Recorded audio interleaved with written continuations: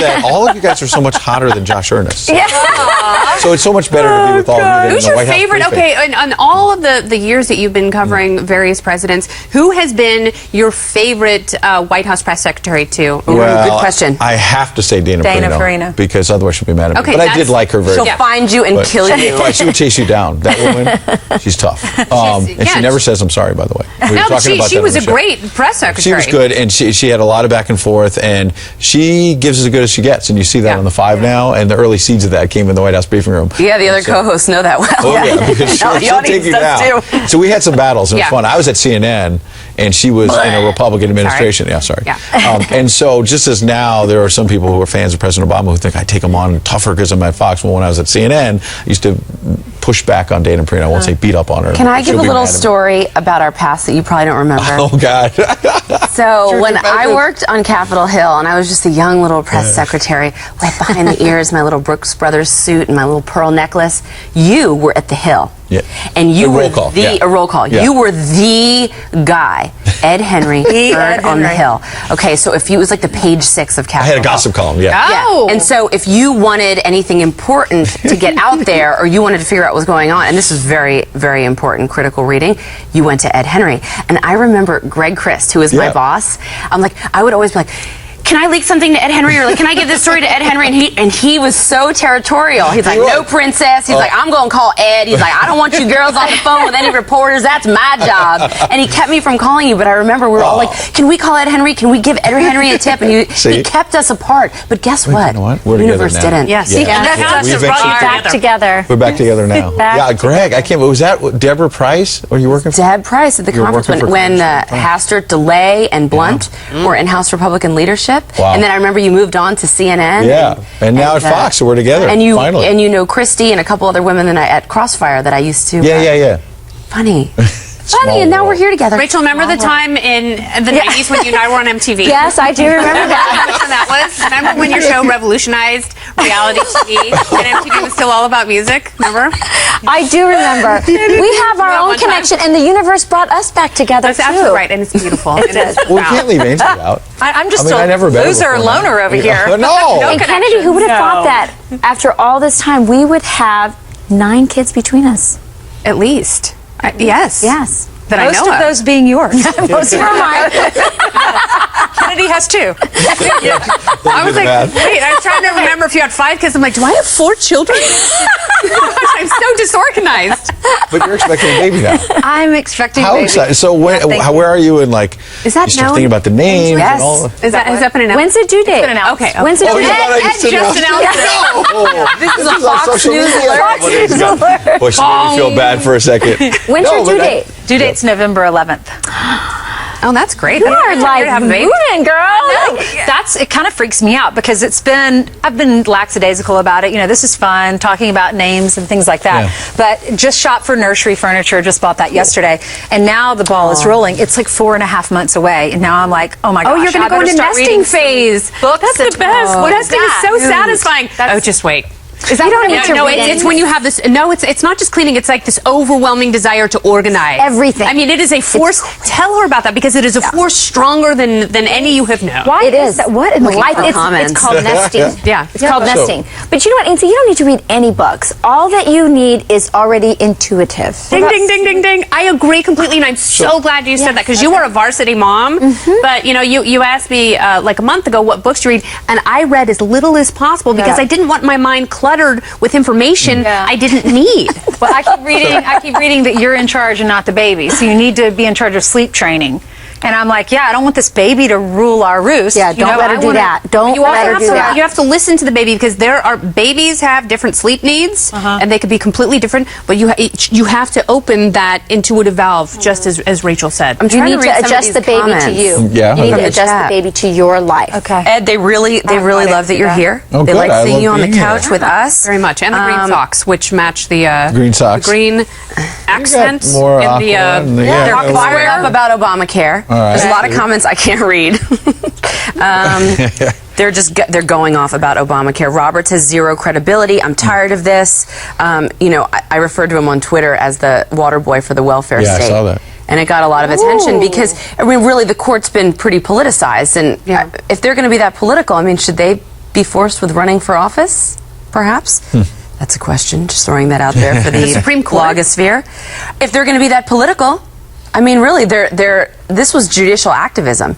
And I do think going forward it's going to be very dangerous because, as the judge said, the drafters can say, oh, whoa, the intention of the law was this. Yeah. And so now the court is not interpreting exactly the way it was very deliberately Hamiltonian, written. and it is not okay. Yes, yes. Well, think about if there's another vacancy on the court between now and the 2016 election. I think Ed, your name's at the top of the list. Oh, you know I'd that. like to be. I think Judge Knapp should be.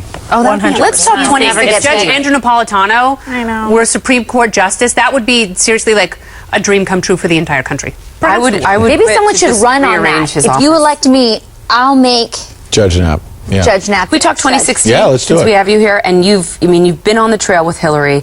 You're going to be covering this for Fox News Channel. Yep. Thoughts about the Republican field right now? I mean, I don't think you can spin that this is great because they're all going to get practice and running against each other. I mean, Ed, I think this is really problematic. It could be problematic for the Republicans because there's almost too many people. How do you stand out? You only stand out maybe the way Donald Trump is by beating up the other folks, right? And I think we didn't get a chance to do it on the show. One thing I want to say is, look, I keep hearing people say Donald Trump can't possibly win. There's a path for him that if you read deeper in these polls, there are some people saying, okay, he's number 2 in the Fox poll now. Big deal. He's number 2 in the Suffolk University poll in New Hampshire, our poll national, of course. And then deeper down, there are large numbers of people saying, I'll never vote for him. But you know what? That doesn't really matter because this is not a majority vote in the primaries.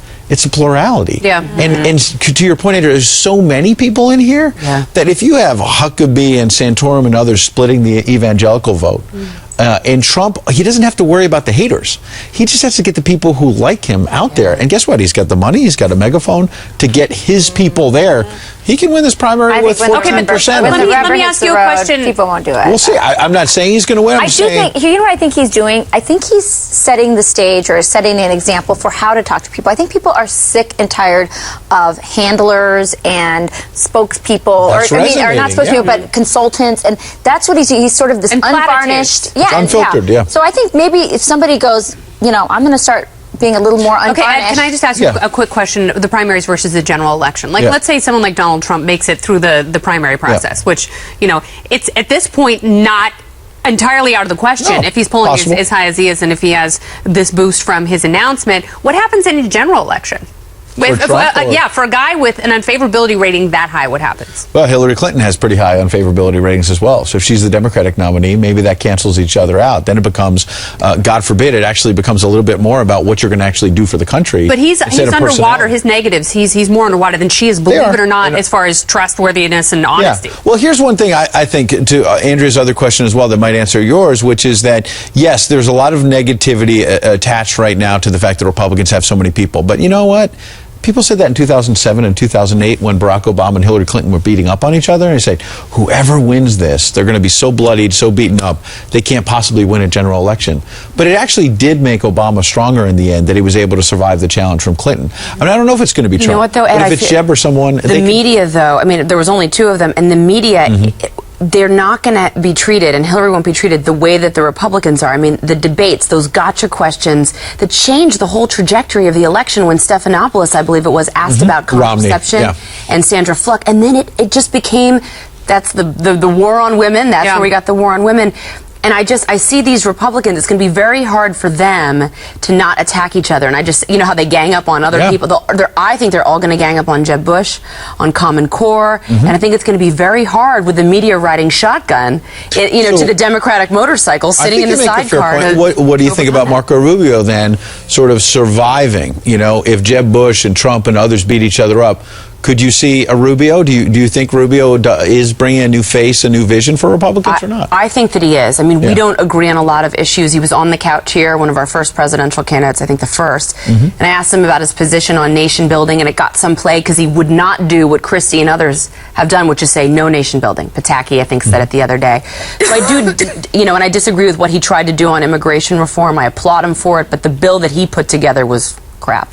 I do think that he has a chance, though. I do, and I think that the media overreached on him, the New York Times, and I think that ultimately helped him. But the fact that the crime spree, it was so desperate that it tells me they are deeply threatened by him. that he's a new face. You know, and some of the polls have shown that Americans want experience above anything else. That's why before Jeb Bush got into the election, I said he's the only one that can beat Hillary because he has name recognition, he has the experience, and then here he is at the top of the polls for the GOP. Are you surprised by that? No, because I think you're right that he's sort of the comfortable old shoe, maybe, in terms of experience and the Bush name. But I do think, to Andrew's point, once they get into these debates and start beating each other up, Jeb Bush has the most to lose in the debates. Maybe he doesn't lose it because maybe he shows himself to be the grown-up in the room. I mean, what I'll say in Jeb Bush's defense is he just went on this European trip. It's already a couple weeks old. Right. But not a lot of people know about it, which is a good thing. Because remember, you would think you just go through Europe and you look presidential and you're all fine. Mitt Romney couldn't do that. Right. He went there, he had some Nor could gaffes, Scott he made Walker. these mistakes. Scott Walker's had some issues with that.